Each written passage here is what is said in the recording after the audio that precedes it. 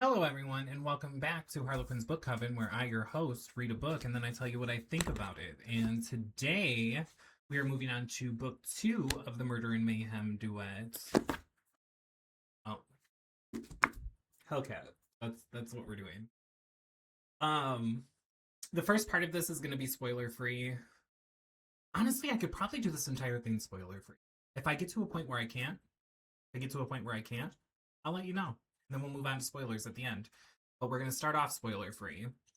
And the description of this one, we get to follow Shem and Gabe. They have arrived in Salem. They're searching for Hecate, the mother of witches, who has hidden herself in a mortal body. Hecate and Shem have been engaged in a ruthless game of cat and mouse for a millennia, and Shem is determined to have his revenge for the whole Henry VIII prank she played on him in the 1500s.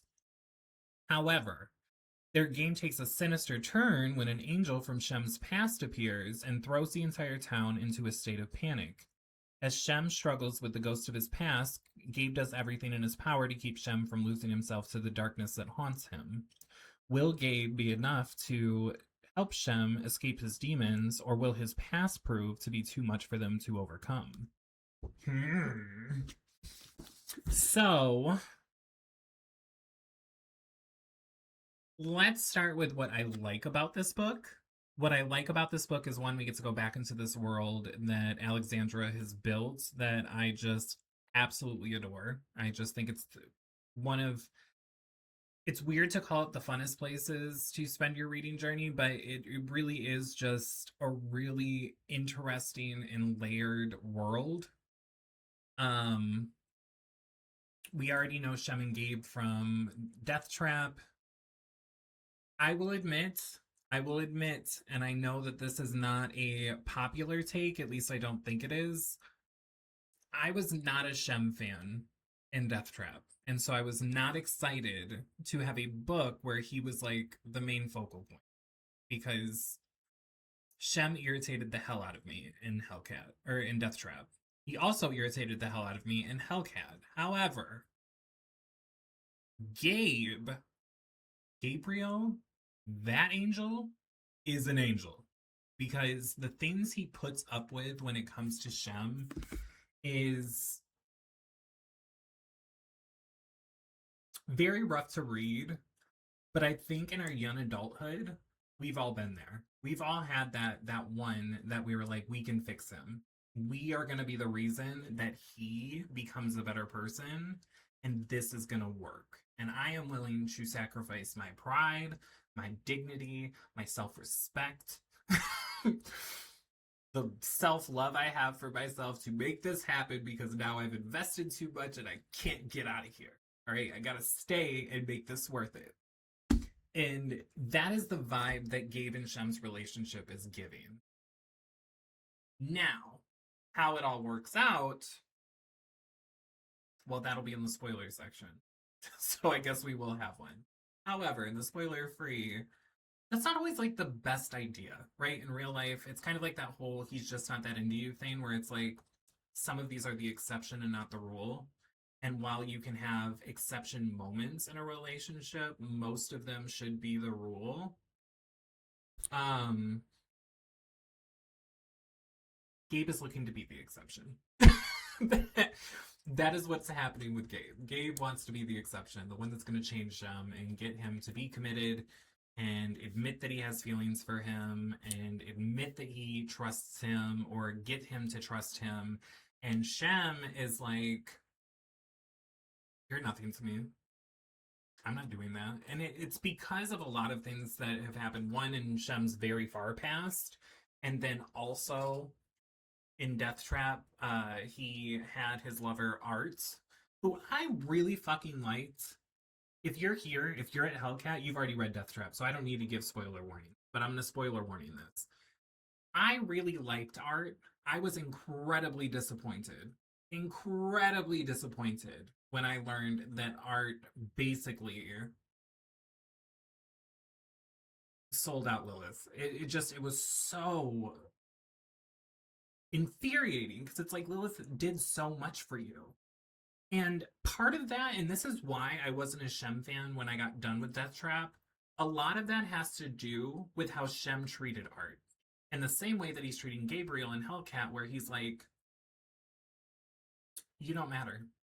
You don't matter. You're just someone I like to sleep with. That's it. You're a fun time. You're a pretty face. That's all you are.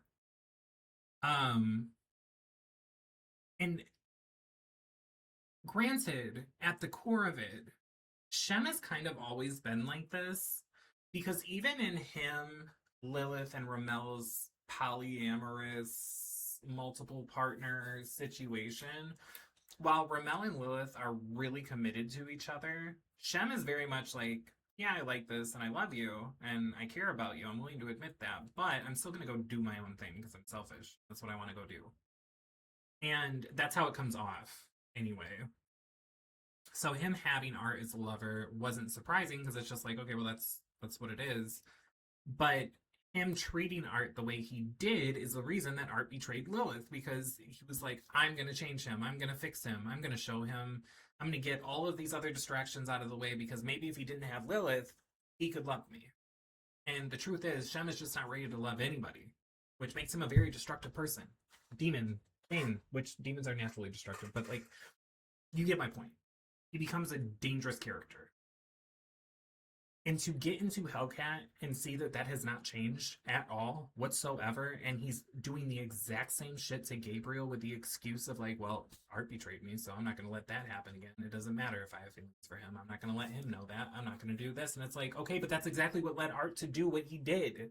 You're the reason, sir. You're the problem. But I really like the story in Hellcat. I really like that it was a lot more witchy. It was a lot more spooky. The small town of Salem was like an excellent ambiance for this tale. Going from hell, which is my favorite setting, to a town in the real world, I was a little sad, but like Salem was fun. I liked it. I really liked Harper as a character before she became Hecate again. That's not a spoiler. That's not. I'm sorry. I just had a moment where I was like, "Fuck!" I just said that I wasn't going to do spoilers, but in the description lets you know she hit herself into somebody, and it's Harper, and you find that out very very soon. So when you finally do get to Hecate and her coming back, it's really interesting. The B plot of this, or I guess it would be the A plot, of this angel that comes back from Shem's past and is the reason for all of the trauma, and the reason Shem is the way he is, I think is very well done. Because if you would have told me by the end of the book, I would be like, okay, I love Shem now. I would have told you, you can stick that where the sun doesn't shine, because Shem is just such a toxic thing. He's a toxic demon. He's a toxic individual. He's not good in relationships. He has treated Gabriel awfully. He treated Art awfully. This is not good. I don't know that you can redeem him for me. He got redeemed. He got redeemed. I was fully on the Shem train by the end. That being said, if you're in a relationship like Gabriel and Shem in real life, that is the exception. That is not the rule. Don't do that. Don't do it. It's not worth it. But Gabriel does stick around. So I do like it. I am a fan. I am a fan of how she did this. I really like the story. I really like the character growth for Gabriel and Shem both. I really like that they had Gabriel finally stand up for himself, because like for half the book you're just like, fight back, Gabriel. Fight back. Please. And when he does fight back, it feels very, very satisfying, because you're just like, yeah, you thought, oh, you don't care about me? You don't care what I do? Okay, let's test that. And then he tests that. It's a wonderful, wonderful one. I think I gave this book a 4.5 or a 4.75. It was somewhere around there for me. I took points off just because it was a hard journey with Shem. It really was. I wanted to love him so much. And I think all of us have a little Shem in us where when we've been hurt, we want to protect ourselves and guard ourselves. And sometimes that can protect us from the good things too. I think it's a very empathetic message, but it doesn't make it fun to read. And so that part of it was a little bit like, I'm gonna strangle you. Um, yeah, I really I love this book. I love please, Alex, please just write one more in the series. Actually, don't write one more. Write several more in this series. Go back to this series. It does not need to be a duet. We can just say we lied. We lied. It's a book about demons. We lied. It's not it's not a duet. It's a series, and we're gonna write lots of books in this series. You need to do this. I need this. You need this. We need this. Please bring this back. Um, for the spoiler version of this, so if you have not read the book yet and you were interested, now is your time to exit. For the spoiler version of this, what I will say is finding watching Gabriel basically cheat back because that's basically what we did. Granted, we're not committed at the time, so it's not technically cheating. But if somebody is telling you over and over and over and over again, I don't care about you. You're just a pretty face. You're just somebody I like to sleep with. You're nothing to me. I don't have feelings for you. I don't care about you. Okay. You can do what you want. Okay. Let's see. And the first time Gabriel does what he wants to prove to Shem is livid. Absolutely livid. And it's like, why are you mad? Why are you mad? Why are you mad, sir? You can't be mad. These are your rules. This is the game that you've been playing. This is the journey you've taken us on. I have said several times that I care about you and I want to be with you and I want us to be committed to each other and I want all of these things. And you have told me I don't fucking matter. So you don't get to be mad, sir. Watching Gabriel fight back was wonderful. Absolutely wonderful. It was my favorite part of the book. It was so satisfying because Shem got a taste of his own medicine and he didn't like it. And imagine that. Imagine that. Imagine when somebody does you like you do them and you don't like it. You know what that says about your actions and how you're doing things? You should probably change them. You should probably get them together. That's how that feels. Oh, gets me all worked up. Gets me all worked up. Men. Men. That's what this is. I really liked the angel that came back. I thought he was a really good villain. The whole kind of recruiting people into this cult thing was also really creepy and scary, and how fast it was happening felt really oppressive. And so it was like, how are we going to do this? Hextase doesn't have her full power. We need a coven. We need to get this thing together because it is getting too far. The battle with the angel, Gabriel almost dying. Alexandra, if you would have killed Gabriel, you and I beefing forever, beefing forever. I would have never read the rest of your books. I would have been so mad. I would have been so mad. We protect Gabriel at all costs around here. Okay, we protect Gabriel at all costs. But getting to see Shem really face his trauma, not run from it, not distract himself from it, genuinely face it and move through it and find his way to be able to be vulnerable enough for Gabriel to make it work because he knows Gabriel's worth it and he knows he wants Gabriel and he doesn't want to lose Gabriel, so he has to push past this was a beautiful thing. So that section of this toxic ass situation was wonderful. I masterfully done. By the end of it, I was like, I love Shemi. I love them together. I love them as a couple. I love them individually. I'm here for this. I also really like the appearance. Oh my god, the appearance of Ramel and Lilith coming to talk to him after they had had a big fight or whatever. Um, and them basically being like, you know, you love him. What is wrong with you? What is wrong with you? Get it together. You're being ridiculous. You're being to have them kind of call him on his shit, and they're two people that he won't push away or get rid of. Like he'll kind of push him away, but not really. Like, he can't. That was wonderful. Um, just overall a really magical time. Really good fall read. this would be what's silly about this. Then this is the thing that just perplexes me is Hellcat is still a dark romance. It's still dark.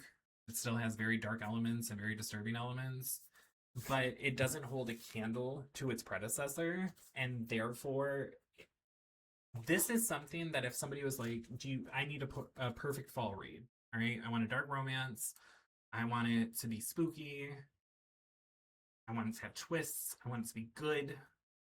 What would you give me?" I would say Hellcat, but it's the second book, and I feel you can kind of not read the first book and just read this one. But because I love Death Trap so much, I can't do that. But this is such the perfect fall book. Like if you want something to read during spooky season, this has it all. This is such a wonderful read. So 4.5, 4.75. Actually, let me confirm that real quick because I want to make sure. I think I gave it 4.75. I am almost sure I did. Going to my Fable and finding the rating because I need to be accurate.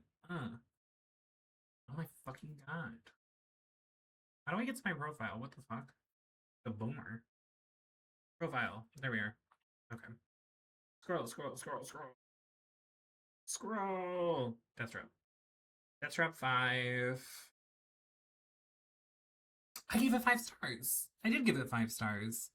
I think 4.75 is more accurate at this point, but I'm not going to change it. I still love the book. I still love the journey. I love the ending. I really wish we would get more books in this series. Alexandra, please just write. Who cares that we called it a duet? We've done it so many times in the past with books, not me and you, but other authors. And then they're like, hey, we're going to write more. Nobody was ever sad about that. Write more. Write more immediately, please. I need it. I love them so much. But if you have read Hellcat and you want to let me know how you felt about it, please let me know. So in the comments, if you agree with me, disagree with me, if there are any other books that are like this duet, please let me know because I will read them. I will read them immediately because I absolutely adore them. And that will bring us to the end of this. So I will see you in the next video, which I'll probably be recording tomorrow. I don't really have time to record it now, but see you in that one. Have a good day. Bye.